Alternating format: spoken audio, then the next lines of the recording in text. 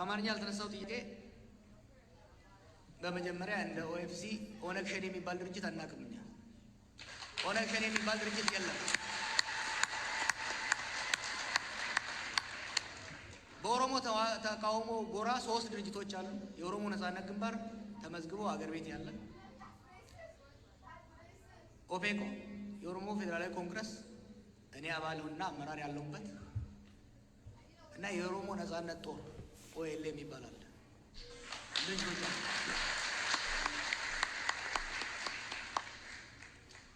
ለመተቸት ከፈለግ በስሙ ጥራው። በቃ ምንም ማንቆሻቆሻ አያስፈልግም። ለመተቸት ከፈለግ ኦነግ በለው ኦኤልኤ በለው፣ በዳቦ ስም ግን አትጥራው። በዳቦ ስም መጥራት አያስፈልግም ለመተቻት።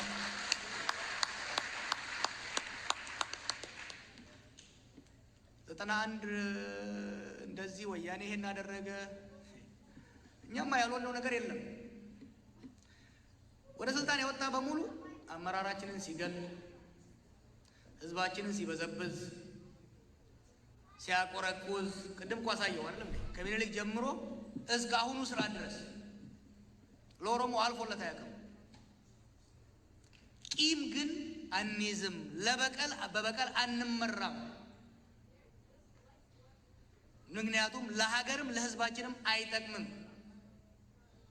አንረሳም፣ ጠባሳችንን አንረሳም፣ የሆነውን አንረሳም። በቂም ግን አንመራም።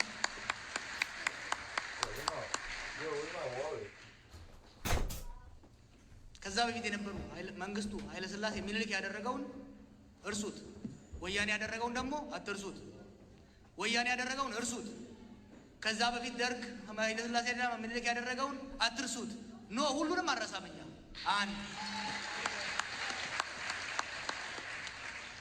በማንኛውም ላይ ደግሞ በበቀል ተነሳስተን አንመራም። ጨቋኝ ስርዓቶችን ስናስወግድ እዚህ ደርሰናል። ወደፊትም እናስወግዳለን። በህዝቦች መካከል ሰላም፣ ፍትህ፣ እኩልነት እንዲሰፍን ውድ የሆኑ ህይወታቸውን በገበሩ ልጆች እዚህ ደርሰናል። ወደፊትም ለመገበር ዝግጁ ነን። እኛ በጥላቻ አንመራም።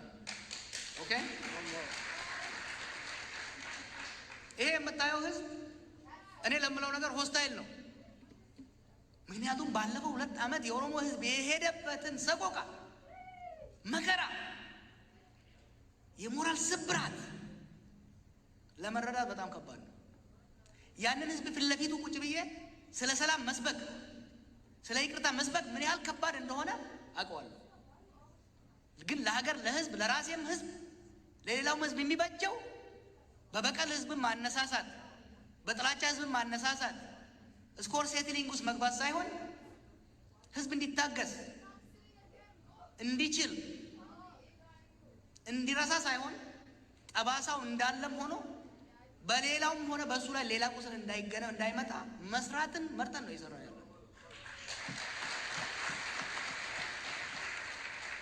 ይህ ህዝብ ያቆራኛል።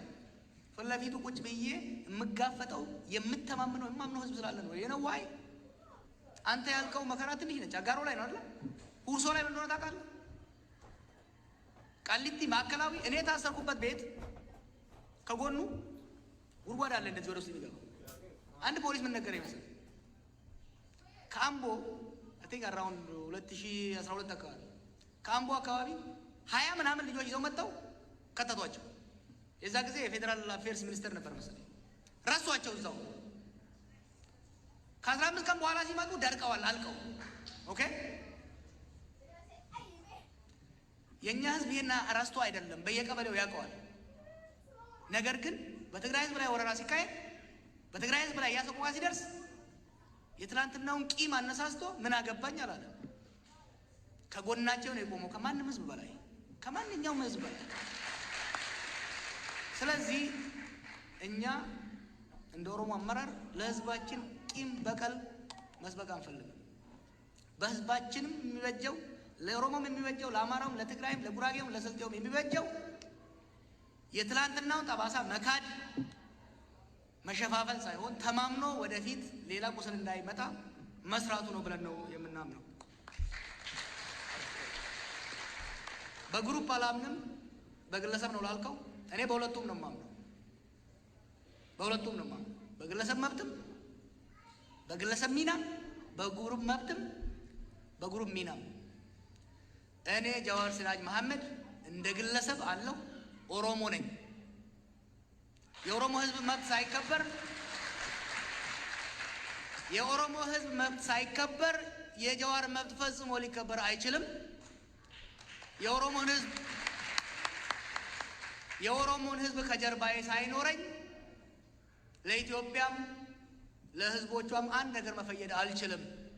ፋክት ኢዝ